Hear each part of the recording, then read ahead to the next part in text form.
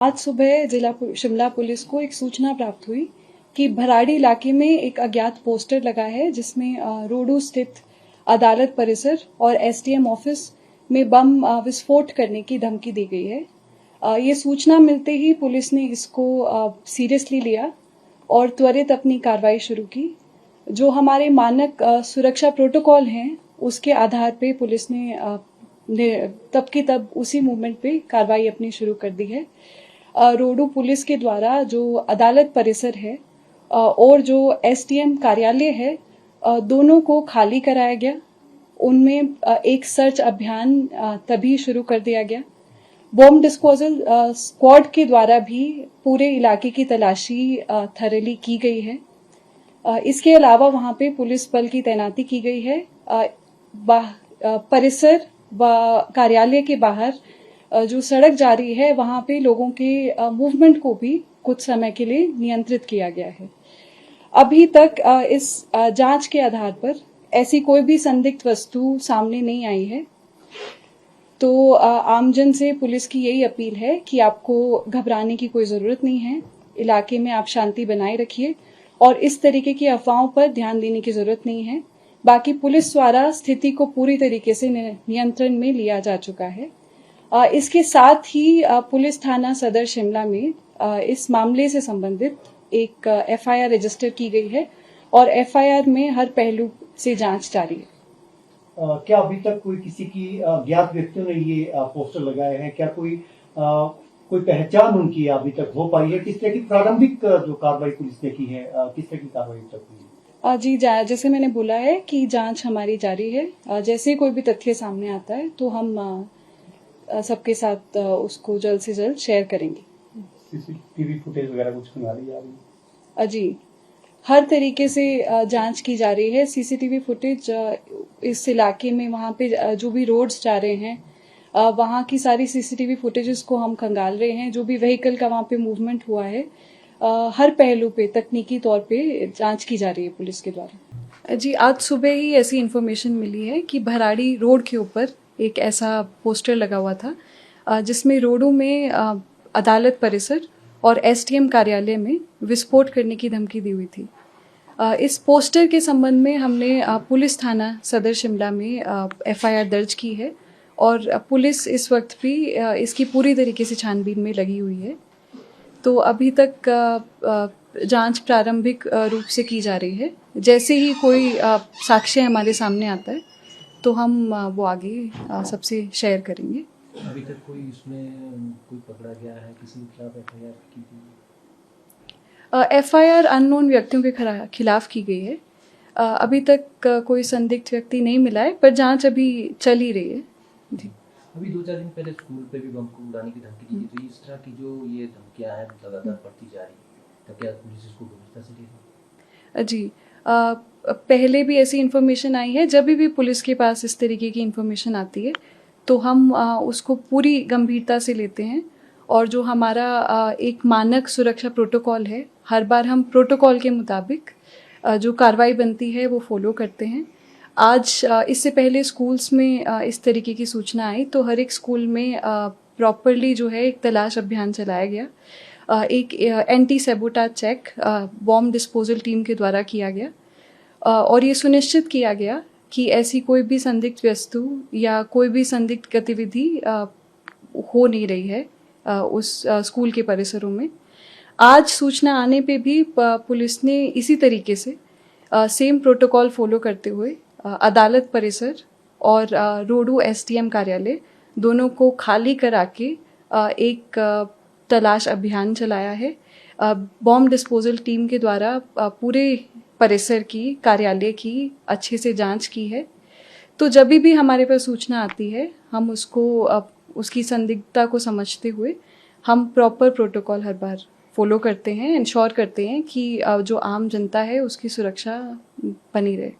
CCTV कैमरे की footage भी ली जी जो एफआईआर दर्ज की गई है सदर थाने में उसके संबंध में सीसीटीवी फुटेज खंगाले जा रहे हैं। हर तरीके से जो है तलाश अभियान चलाया जा रहा है।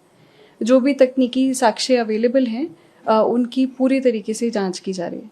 लोग पैनिक ना हो या टूरिस्ट सीजन भी चला हुआ है, क्या मैसेज? जी मैं सभी से यही जो आम जनता है हमारी उसको यही मैसेज देना चाहती हूँ कि आपको घबराने की कोई ज़रूरत नहीं है। इस तरीके की अफ़वाहें आती हैं तो उस पे पूरी तरीके से आपको हर एक अफ़वाह पे ध्यान देने की ज़रूरत नहीं है और पुलिस आपकी सुरक्षा के लिए तत्पर है। हम हर तरीके से जो है सुरक्षा के नज़रिए से हर एक एहतियात बरत रहे हैं। तो आम जनता को घबराने की डरने की बिल्कुल ज़रूरत नहीं है। आप सतर्क रहिए पर घबराइए नहीं। अब ये भी एक तरह का आम प्रचलन ही हो चुका है, कभी सचिवालय को उड़ाने की बात हो, कभी डीसी ऑफिस को, कभी स्कूलों को, कभी स्वास्थ्य संस्थानों को, और ये बहुत ही मैं समझता हूँ अनफॉर्चुनेट है। और सरकार को, विशेषकर हमारे होम डिपार्टमेंट को, पुलिस विभाग को, तो जब भी इस तरह की सूचनाएं प्राप्त होती है उनको हर तरह से सतर्कता, हर तरह से मैं समझता हूँ अपने आप को अलर्ट रखना ही रखना है। लेकिन ये भी एक फैक्ट ऑफ द मैटर कि अधिकतर इस तरह की जो ये चिट्ठियों की बात कर रही है, जो ये थ्रेटनिंग या धमकी की बात है, सारी अधिकतर आपकी मतलब फ्रॉड ही साबित होती है। लेकिन निश्चित रूप में हम किस तरह की रिलैक्सेशन नहीं दे सकते। पुलिस और विशेषकर हमारा होम डिपार्टमेंट, हमारा जो गृह विभाग है, वो इस बात को लेकर सजग है और भविष्य में इस तरह की कोई बात ना हो, उस बात को लेकर मैं समझता हूँ जो भी आवश्यक कार्रवाई की आवश्यकता होगी वो विभाग करेगा। इसलिए सर आजकल जो है तो बेमौसमी बारिश हो रही है, इस तरह का नुकसान एप्पल पैदा वैसे ही अगर आप तुलना करेंगे, क्योंकि ऑल्टरनेट क्रॉप ईयर होता है एप्पल का भी, और पिछले वर्ष फसल अच्छी थी, हालांकि उस वक्त भी आपकी एक्सेस वर्षा होने के कारण बड़ा नुकसान हुआ, कहीं पतझड़ लग गया, कहीं रोडों में भी बड़ा नुकसान हुआ, सड़कों में नुकसान हुआ, जिसके कारण विपणन में समस्या आई है। लेकिन ये एक सच्चाई थी कि अपने आप में एक अच्छा क्रॉप ईयर लास्ट ईयर था, लेकिन इस साल वैसे ही लीनियर था। और लगभग जो अभी तक, क्योंकि मैं भी बागवान हूँ, जो एक मैं समझता हूँ अपने किसान बागवान अपनी कॉन्स्टिट्यूंसी जहाँ मैं जा रहा हूँ, जो एक मैं समझता हूँ सूचना हम तक आ रही है, उसके अनुसार लगभग 7,000 से ऊपर ही, 7,000 फीट से ऊपर ही आपकी क्रॉप देखने को मिल रही है।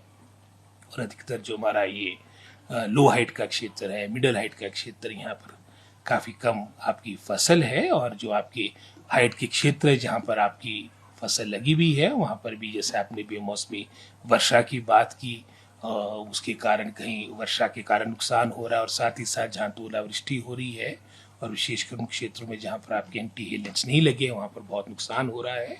तो निश्चित रूप में ये कोई मैं समझता हूँ अच्छे इस दफ़ा कृषि और बागवानी से संबंधित आपके साइंस नहीं है। और जो एग्जैक्ट डिटेल पैदावार की या जो नुकसान हुआ है वो कंसर्निंग डिपार्टमेंट्स आपके, चाहे वो अगर आप एग्रीकल्चर प्रोड्यूस की बात करेंगे वो हमारा कृषि मंत्रालय दे सकता है, और अगर हॉर्टिकल्चर डिपार्टमेंट की बात करेंगे तो वो आपको सारे तथ्यों के से परिचित हमारा हॉर्टिकल्चर डिपार्टमेंट कर सकता है। इसके अलावा सर पंचायत और नगरीय पंचायत इलेक्शन भी होने वाले हैं, किस तरह की कांग्रेस पार्टी की क्या है?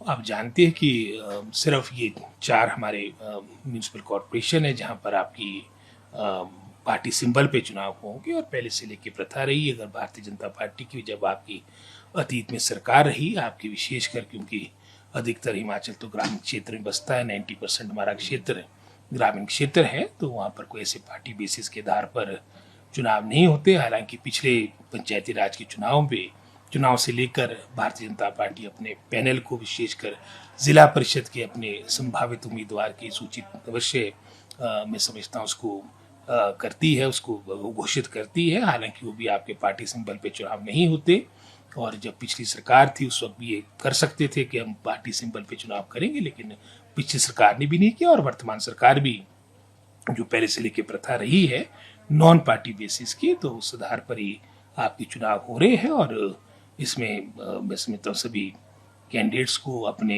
विवेक के अनुसार चुनाव लड़ने का अधिकार है, और जो निर्णय होता है जनता जनार्दन का होता है। तो ये 5 वर्ष के बाद एक तरह से डेमोक्रेसी का आपका उत्सव है, मेला है, तो इसमें सभी मैं समझता हूँ हमारे जनता जनार्दन जो हमारे पात्र आपके वोटर्स है उसमें पार्टिसिपेट करें, और साथ ही साथ ये भी आग्रह रहेगा कि एक सद्भावना रहती है, एक प्रेम की भावना रहती है, उस सोच के साथ ये सारे आपकी जो इलेक्शंस है कंडक्ट हो।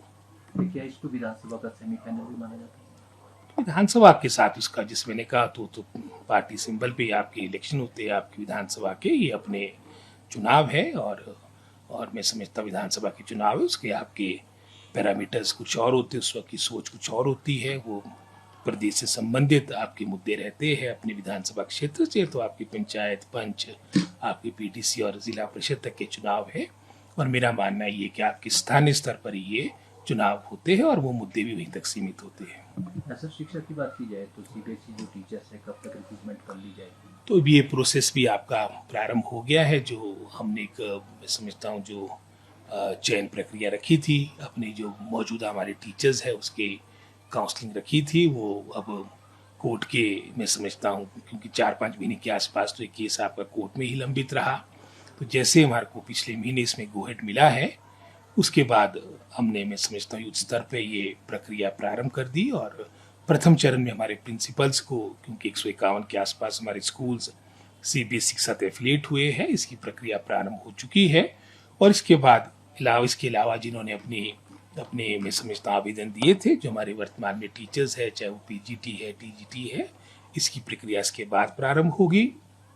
इसी तरह से जो डायरेक्ट रिक्रूटमेंट की आपकी पोस्टें थी जो चयन आयोग को गई है, उन्होंने भी अपना प्रोसेस प्रारंभ कर दिया है। और शीघ्र मैं समझता हूँ चरणबद्ध तरीके से जो हमारे को सीधी भर्ती के द्वारा भी टीचर मिलने हैं वो भी आने प्रारंभ हो जाएंगे। सर, क्या मानते हैं आप सीबीएसई बोर्ड एक्सी बोर्ड में क्या फर्क मानते हैं आप, क्योंकि इस बार एचपी बोर्ड का रिजल्ट भी बहुत अच्छा है? हाँ, ये भी एक बहुत मैं समझता हूँ एक बहुत ही पॉजिटिव बात हुई है, सकारात्मक बात हुई। और इस बात को लेकर मैं समझता हूँ विभाग काफ़ी अपने आप को संतुष्ट पाता है कि जो निरंतर पिछले 3-3.5 वर्षों के दौरान सरकार के द्वारा, विभाग के द्वारा सुधार के कदम उठाए गए, रिफॉर्म्स किए गए, उसको कहीं ना कहीं मैं समझता हूँ परिणामों के साथ भी जोड़ा जा सकता है।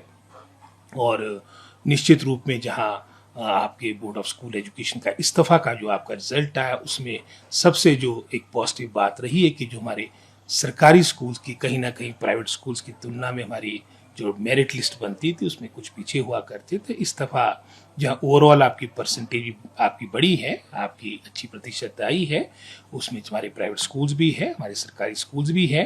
लेकिन जो हमारे सरकारी स्कूल्स के लिए एक बहुत ही सकारात्मक बात है, पॉजिटिव बात है, उसमें आपकी जो टॉप मेरिट लिस्ट है उसमें अधिकतर जो हमारे को स्थान मिला है वो सरकारी स्कूल के विद्यार्थियों को मिला है। इसके लिए मैं यहाँ सभी बच्चों को, चाहे वो प्राइवेट है चाहे हमारे सरकारी स्कूलों में जिन्होंने अपना आप इसमें पार्टिसिपेट किया था, जिन्होंने इसमें अपना आपको उत्तीर्ण किया, उन सबको बधाई देता हूँ। और विशेषकर जो सरकारी स्कूल के हमारे जो टीचर्स हैं, जिनके मैं समझता हूँ जिनके प्रयासों से परिणाम आया, उनको उसके लिए बहुत बहुत बधाई देता हूँ। और आने वाले समय में हमेशा बेहतर करने की गुंजाइश होती है, हम आने वाले समय में और अपने रिजल्ट्स को इम्प्रूव करें, ये भी मैं आशा रखूँगा।